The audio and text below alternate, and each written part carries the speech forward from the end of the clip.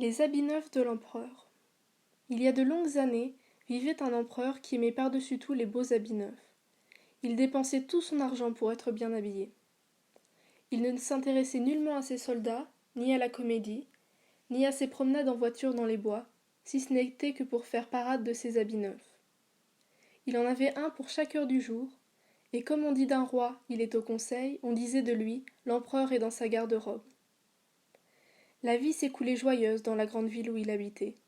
Beaucoup d'étrangers la visitaient. Un jour arrivèrent deux escrocs, se faisant passer pour un tisserand, et se vantant de savoir tisser l'étoffe la plus splendide que l'on puisse imaginer. Non seulement les couleurs et les dessins en étaient exceptionnellement beaux, mais encore les vêtements cousus dans ces étoffes avaient l'étrange vertu d'être invisibles pour tous ceux qui étaient incapables dans leur emploi, ou plus simplement irrémédiablement des sots. Ce seraient de précieux habits, pensa l'empereur. En les portant, je connaîtrai aussitôt les hommes incapables de mon empire, et je distinguerai les intelligents des imbéciles. Cette étoffe, il faut au plus vite la faire tisser. Il donna d'avance une grosse somme d'argent aux deux escrocs pour qu'ils se mettent à l'ouvrage. Ils installèrent bien deux métiers à tisser et firent semblant de travailler. Mais ils n'avaient absolument aucun fil sur le métier. Ils s'empressèrent de réclamer les plus beaux fils de soie, les fils d'or les plus éclatants. Ils les mettaient dans leurs sacs à eux et continuaient à travailler sur des métiers vides jusque dans la nuit. J'aimerais savoir où en sont leurs étoffes, se disait l'empereur, mais il se sentait très mal à l'aise à l'idée qu'elle était invisible aux sots et aux incapables. Il pensait bien n'avoir rien à craindre pour lui-même, mais il décida d'envoyer d'abord quelqu'un pour voir ce qu'il en était. Tous les habitants de la ville étaient au courant de la vertu miraculeuse de l'étoffe, et tous étaient impatients de voir combien leurs voisins étaient incapables ou sots. Je vais envoyer mon vieux et honnête ministre, pensa l'empereur. C'est lui qui jugera de l'effet produit par l'étoffe. Il est d'une grande intelligence, et personne ne remplit mieux sa fonction que lui.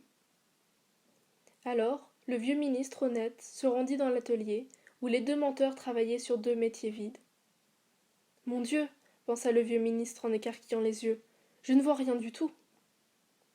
Mais il se garda bien de le dire.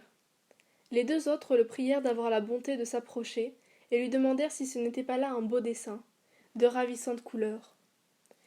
Il montrait le métier vide, et le pauvre vieux ministre ouvrait des yeux de plus en plus grands. Mais il ne voyait toujours rien, puisqu'il n'y avait rien. Grand Dieu, se disait-il, serais-je un sot ? Je ne l'aurais jamais cru, et il faut que personne ne le sache. Remplirais-je mal mes fonctions ? Non, il ne faut surtout pas que je dise que je ne vois pas cette étoffe. Eh bien, vous ne dites rien ? Dit l'un des artisans. Oh, c'est vraiment ravissant. Tout ce qu'il y a de plus joli, dit le ministre en admirant à travers ses lunettes. Ce dessin, ces couleurs. Oui, je dirai à l'empereur que cela me plaît infiniment.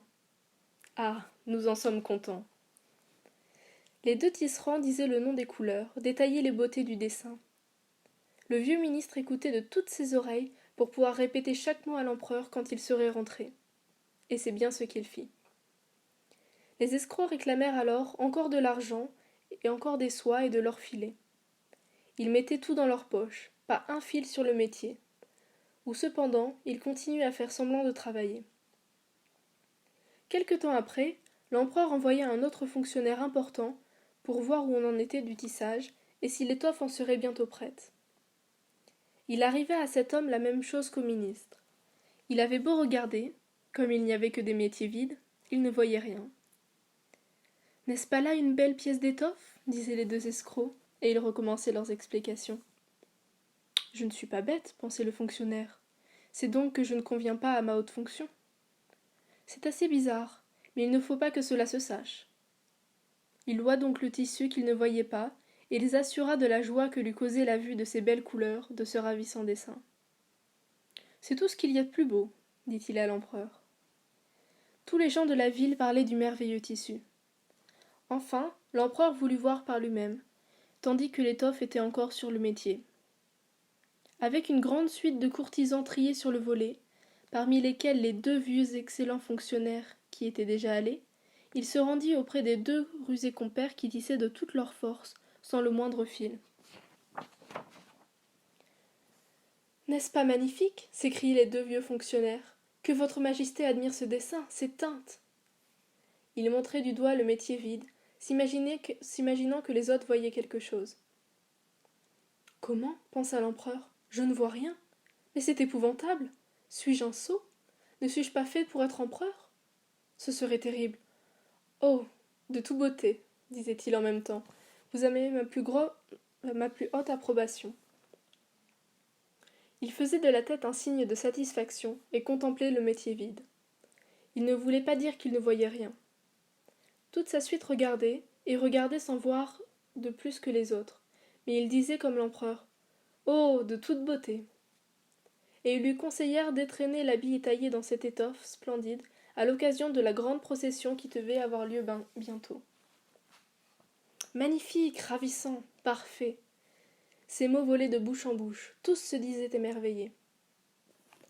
L'empereur décora chacun des deux escrocs de la croix de chevalier pour mettre à leur boutonnière, et leur octroya le titre de gentilhomme tisserand. Toute la nuit qui précéda le jour de la procession, les escrocs restèrent à travailler à la lueur des 16 chandelles.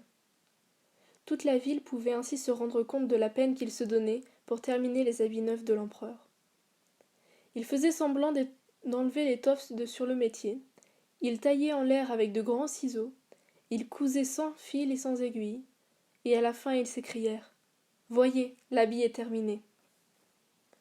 L'empereur vint lui-même avec ses courtisans les plus haut placés. Les deux montèrent lever un bras en l'air comme s'ils tenaient quelque chose. Voici le pantalon et voici l'habit. Voici le manteau et ainsi de suite. C'est léger comme une toile d'araignée. On croirait n'avoir rien sur le corps. C'est là le grand avantage de l'étoffe. Oui, oui, dirent les courtisans de la suite, mais ils ne voyaient rien puisqu'il n'y avait rien. L'empereur enleva tous ses beaux vêtements et les escrocs firent les gestes de lui en mettre. Dieu, comme cela lui va bien. Comme c'est bien pris, disait chacun. Quel dessin, quelle couleur. Voilà des vêtements luxueux. Les chambellans qui devaient porter la traîne du manteau de la cour tâtonnaient de leurs mains le parquet et les élevaient ensuite comme s'ils ramassaient cette traîne. C'est ainsi que l'empereur marchait devant la procession, sous le magnifique dais, et tous ses sujets s'écriaient « Dieu, que le nouvel abri de l'empereur est admirable !» Mais personne ne voulait avouer qu'il ne voyait rien, puisque cela aurait montré qu'il était incapable dans son emploi ou simplement sot. Jamais un habit neuf de l'empereur n'avait connu un tel succès. « Mais il n'a pas d'habit du tout !» cria un petit enfant dans la foule. « Grand Dieu, entendez, c'est la voix de l'innocence, dit son père. Et chacun de chuchoter de l'un à l'autre. Il n'a pas d'habit du tout. Il n'a pas d'habit du tout, cria à la fin le peuple entier. L'empereur frissonna, car cela lui semblait bien que tout son peuple avait raison. Mais il pensait en même temps qu'il fallait tenir bon jusqu'à la fin de la procession.